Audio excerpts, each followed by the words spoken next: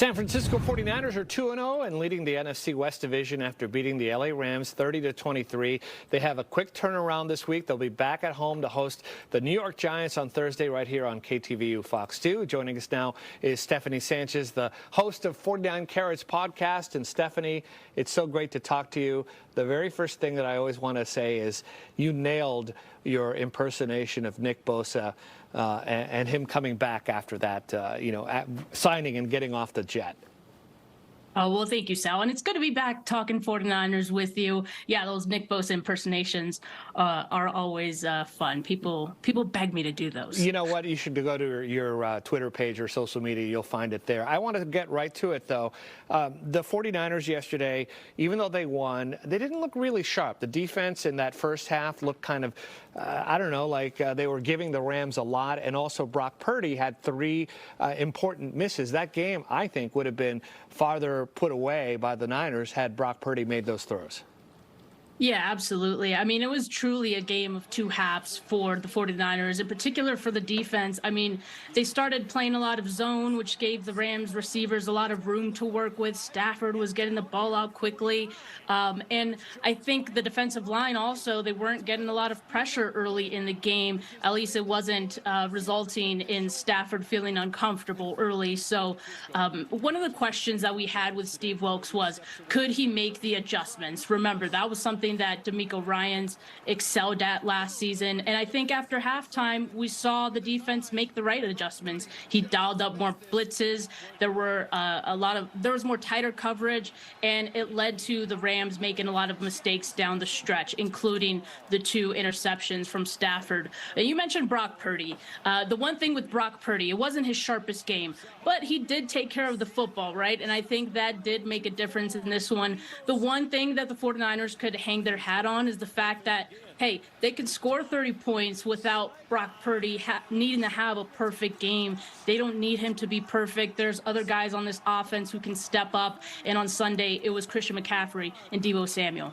So, Stephanie, I want to ask you, is this just something that he missed on because he's a rookie, or is this something we have to worry about the book being out on Purdy that he cannot make accurate long throws? What do you think?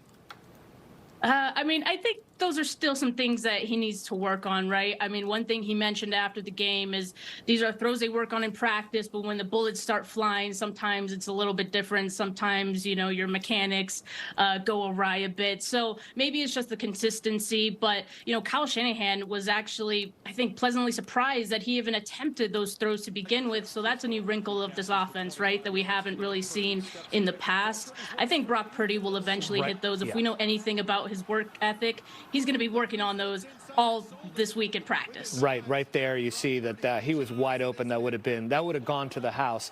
The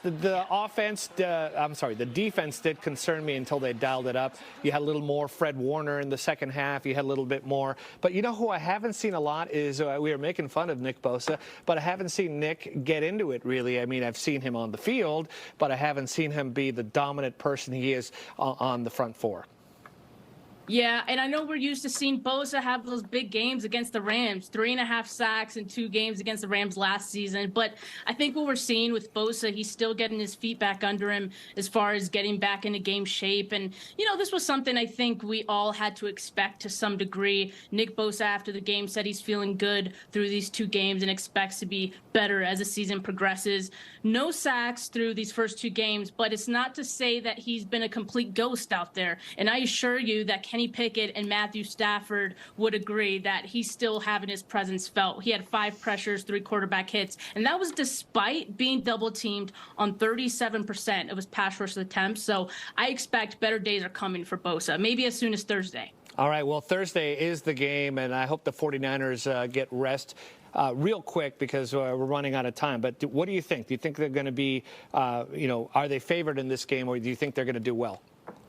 They absolutely should be favored in this game. I mean, Daniel Jones is not particularly a good quarterback. I know he could use his legs. That's one thing that the 49ers defense are going to have to really focus on in this one and tighten up.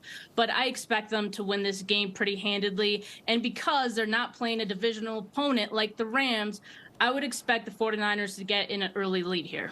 If you're a 49ers fan, you need to follow Stephanie Sanchez, the host of the 49 Carats podcast. Always good content. Thank you for joining us. Appreciate you, Sal. Thank you. Still to come, the number of indoor farms is growing as companies and farmers